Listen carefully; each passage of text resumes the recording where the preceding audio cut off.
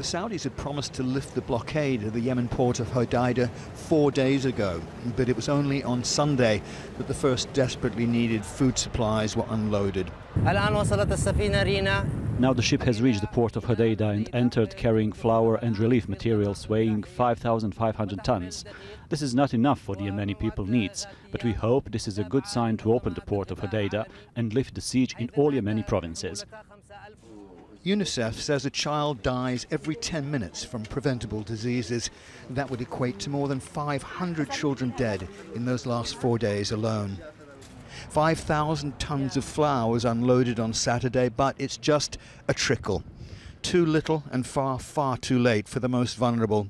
Today, it is fair to say that Yemen is one of the worst places on earth to be a child.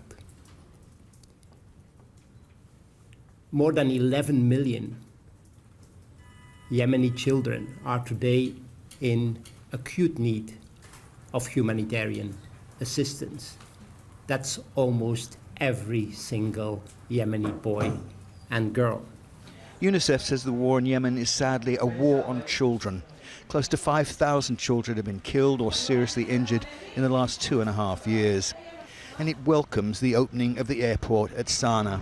It allowed us to send in a first humanitarian convoy, 1.9 million doses of vaccines that are urgently needed to vaccinate 600,000 children across Yemen.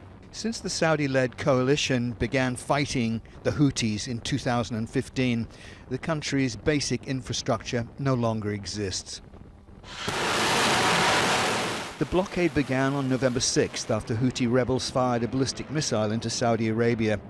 The Saudi military said the blockade was imposed to stop weapons being smuggled into Yemen.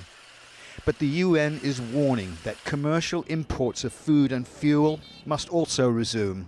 The World Food Programme says continuing to choke off those supplies could have a disastrous effect on 14 million people living in the remote regions of northern Yemen, completely unable to cope for themselves.